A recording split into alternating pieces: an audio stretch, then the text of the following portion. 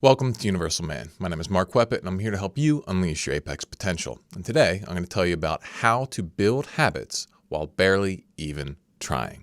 Now, before we get too far into this, I just want to make it clear this is not some kind of snake oil thing, and it doesn't work for everything. All right, this is actually best combined with more traditional habit building techniques. But if you learn how to do this, well, then you're going to be able to add more upgrades to your life in record time.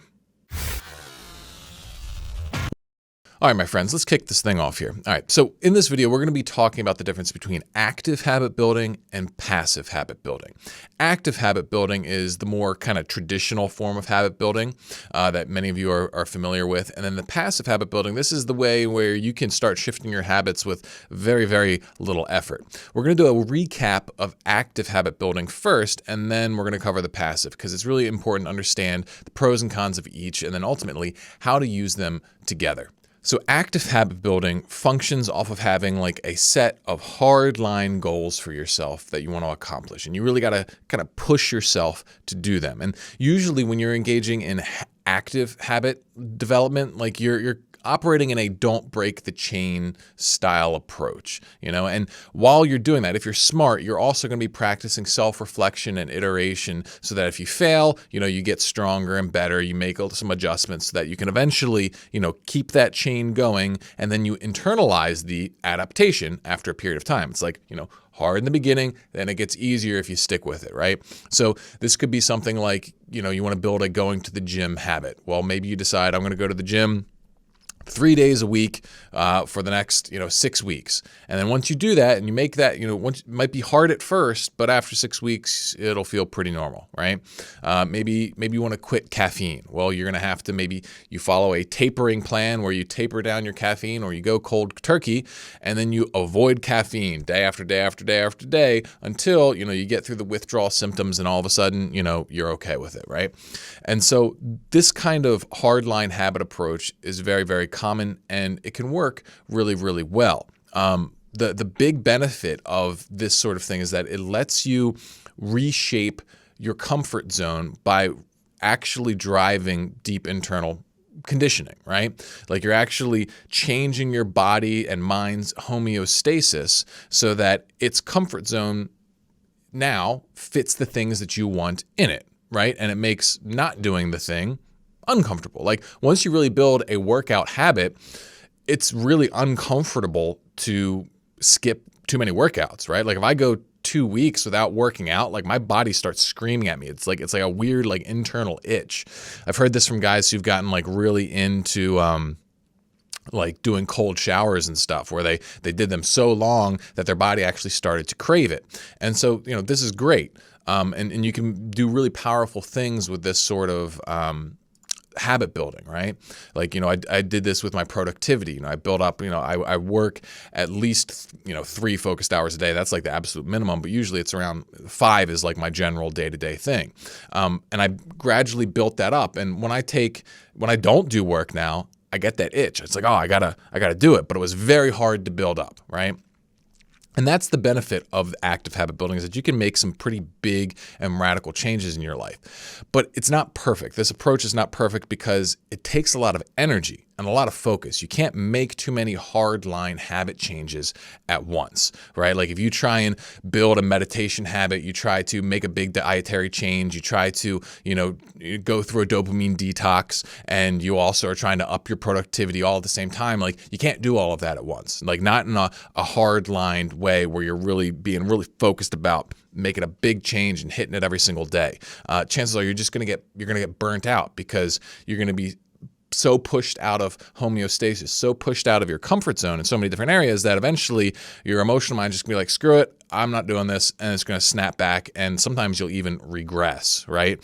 The only way that you can really do huge amounts of changes at once is if they're kind of outside of your control. Like this is why people go to rehab facilities, because basically they can delegate, they can offload so many of their responsibilities to their caretaking team, and then, yeah, you can go through massive changes. But, self-motivated habit changes, you gotta be really smart about how far you're venturing outside of your comfort zone.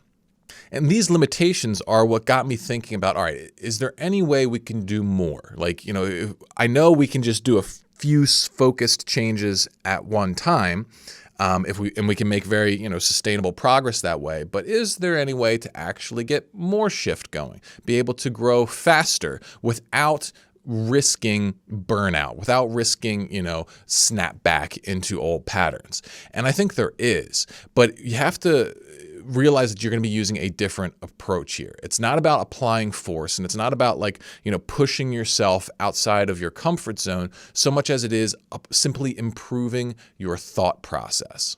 If I was going to make an analogy here, it's like you can think of active habit building as getting stronger by getting bigger muscles. It takes a lot of work to get bigger muscles. You got to tear them down, and then you got to eat well enough and rest well enough so that they can build back stronger, okay? You can get stronger by getting bigger muscles for sure, but it's a costly process. This passive habit building is more like getting stronger by having better technique, better lifting form. It's like if you improve your mechanics, well, you can lift more weight too, and your muscles don't even need to get any bigger, right? And it's the same sort of thing here, but it's more of an internal process. We focus on giving our brain more useful information and making that thought process that holds the useful information reflexive. And if we can just make our brain see the better action as more appealing or the worse action as more unappealing, well, then it's not going to take so much effort to act in that way. And you can start building this framework of better perspectives on your activities with relatively little effort, just like some basic self-reflection and thought. And so if you start practicing this, well, then you're going to be able to start making significant changes in your habits without really having to apply much effort at all. It's just a matter of thinking better. So let's go through some examples here of how this works, all right? And I'll use examples that I've, from things that have happened in my own life where I didn't even need to apply much effort. I just automatically was able to improve my decision-making and habits because of it. So start with me playing video games, all right? I used to be really hooked on competitive video games like, Overwatch, like Counter-Strike, Halo, Call of Duty. Like I like the shooters and I like to be able to rank up and do better than other people and that sort of thing. And when I was hooked, the way that I would think about it is like, all right, I could do some work or I could play some games. And I always had this huge dopamine pull to play some games. And the reason, if I was going to dig into that craving, it was because, hey, there's an opportunity for you to have a lot of fun. Because my brain would be remembering those times in the games where, I was crushing the enemy, I had a really good game and just feeling on top of the world. My brain was remembering the peak. And it says, hey, you can have this peak. You can have this peak right now, or you can just do some boring old work, right? And my brain, obviously, it wanted to go have that peak experience of fun and stimulation. Now, this representation, the thing that my craving was representing to me was not really accurate. Yes, sometimes those fun moments did happen. Yeah, sometimes you had those moments where you're cracking up with your friends in voice chat and it's just, great old time. But that wasn't the majority of my gaming experience, Like after being honest with myself, like maybe 30% of the games that I would play were pretty fun, and then maybe 5 to 10% of them were like super fun. All right. But 30% in general were positive experience. Then 40% were pretty frustrating. And then another 30% were probably just like downright terrible. Okay. And so what that leaves you with is like, when you're honest about that, is like, hey, do you want a 70% chance of having a bad time? Right. And, a pretty solid percentage of that chance being like really frustrating. Maybe there's a hacker on the other team, or maybe, your team, like someone leaves early or something like that, right? Maybe you just have a bad game and or you get lag or something along those lines. And that happened a lot, right? And once I started looking at that honestly, and I was able to feed myself that honest information in the moments that I was craving, guess what happened? All of a sudden, I didn't crave it as much, right? And so without any effort at all, simply through superior honesty about the situation, I was able to change my habits. I stopped playing so much. It was very easy for me to bring it down. And so you can see how this works. Like if you can feed yourself better information that helps you make better decisions, well then, you're going to be able to do that without even having to force yourself, right? If I just kept that old mentality in place, I would have had to really white knuckle to overcome it. So move on to the next example here, right? So eating sweets, okay? Like, I get hooked on sweets. Like if I eat them, I really enjoy them. All right.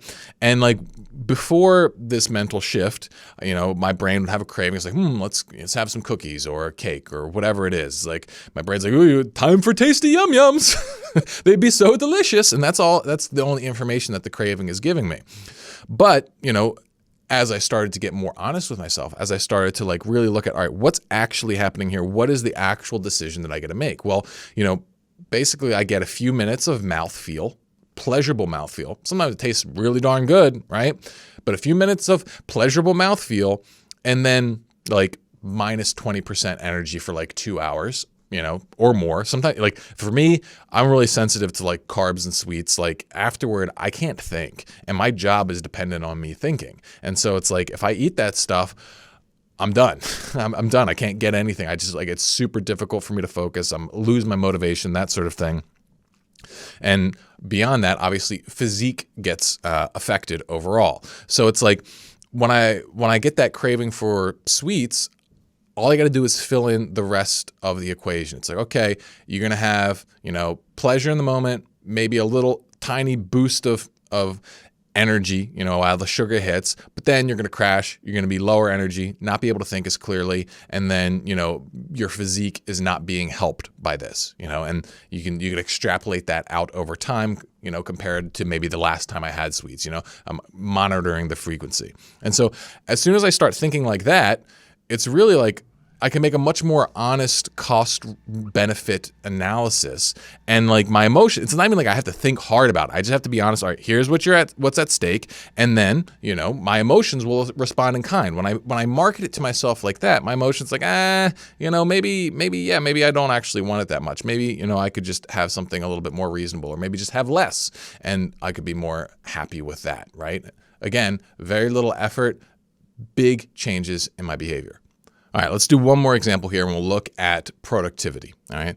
Back before I recognized, the power of just mental framing of activities and stuff like that, the sort of autopilot, unconscious way that I would go about constructing my days was I would be thinking about, all right, how could I get by with as little work as possible and as much goofing off and, electronic stimulation as possible, right? And obviously back at this point, like I hadn't really understood dopamine detoxing and that sort of thing. And so like I was already kind of jacked up in that regard.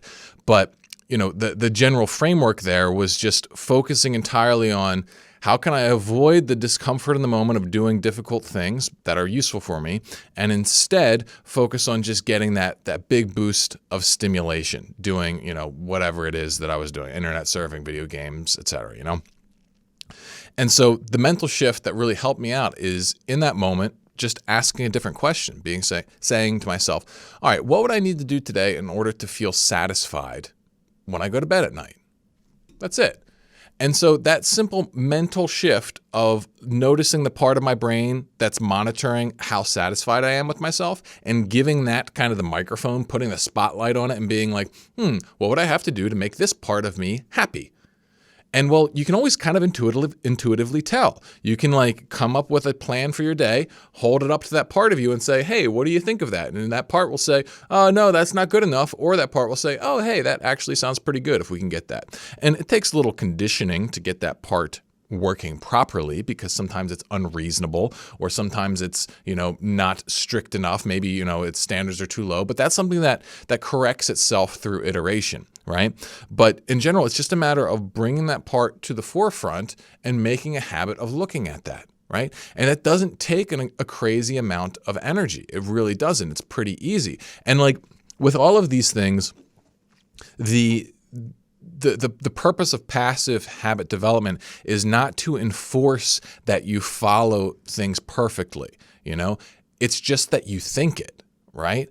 Because once you think it, you still may go the other route, but like you're going to just gather even more evidence that listening to the new perspective is the way to go, right? And so that's what you really want to be focusing on is, do I give this thought process the airtime?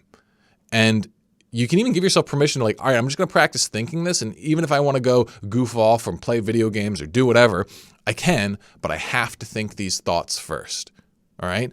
And it's not hard to think the thoughts. And then usually after you think them, it shifts your feelings. And after your feelings shift, it's easy to follow them, or at least be more moderate in what you're trying to do. Or, maybe you completely just blow by them after thinking them, and then you have a crappy time and you're like, oh yeah, no, I really, really want to be thinking about these thoughts because this is just genuinely the truth. And that even negative feedback helps strengthen these perspectives. So how can you systematically get yourself to think these better thought processes? Well, the easiest way is to utilize my Metascript method journaling technique. All right, it's a pretty simple technique. There's 3 different kinds of journal entries you can do. You can do a preemptive Metascript entry, a retroactive, and a responsive. All right, they're just kind of like, do you look forward? Are you looking backward? Or are you looking in the present moment? And what you're doing is you're just giving yourself and feeding yourself and training yourself to think better. And if you want to learn exactly how to do this, well, then you can click the link below and get my free guide. It's probably one of my most downloaded things. People constantly email me and tell me how much it's changed their life. I probably should be charging a lot of money for it, but forms goodwill, win-win for the both of us if it gets you into my stuff. So go ahead, check that out, Metascript method below. So let's look at how to put this all together. Assuming you've got, the Metascript method, in your pocket, in your corner helping you out, okay? Usually the Metascript method, I focus that on the active habit building, but you can very easily just add some side entries for whatever else pops up in your life that you want to improve your thought process around. Like, it doesn't need to be a super structured and monitored thing. It's just oh, I sit down at the end of my day and I think about how things went. If I scan through my day and I feel a part, ooh, that didn't feel good. Something didn't go right there. Well, then you just journal about it, identify, oh, I did this thing bad. I wish I don't do that again. Well, then let's identify a mindset shift that we want to think differently next time this kind of scenario comes up, right? You just gradually, as you go through your days, you find the parts where you're not showing up well, and then you write down, this is how I want to think next time I'm in that situation, utilizing the kind of general strategies that I've represented here.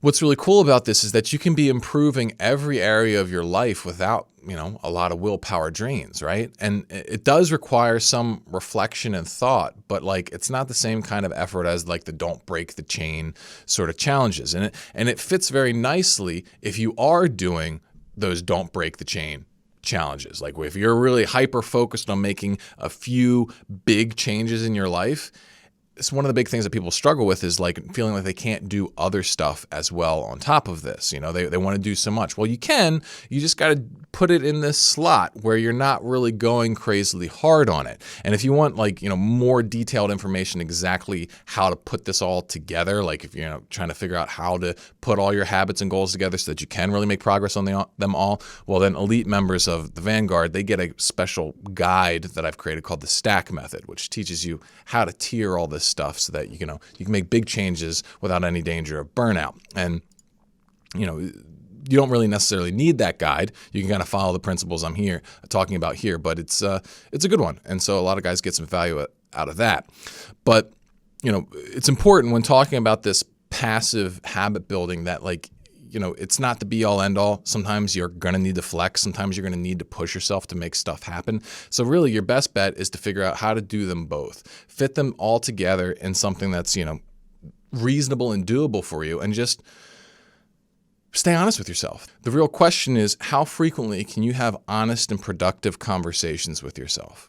That's really the heart of this whole thing. That's what a lot of almost of my systems are built around, is this connection between your rational and emotional mind. And if we can get those parts working together and working with each other, for each other, well, then that's when you're going to have the most alignment. That's when you're going to have the most passion. That's when you're going to have the most success. So hopefully you guys can, put to use what I'm talking about in this video. And, I hope you got something out of this. If you did, please please subscribe. Make sure you hit that notification bell. YouTube has not been super kind to me in terms of delivering all of my content to all of my people. So make sure you hit that bell, and also, leave a comment for the algorithm. I would really appreciate it. And I just genuinely enjoy hearing from all of you. So thank you so much. I'll see you all in the next one. Ooh, yeah.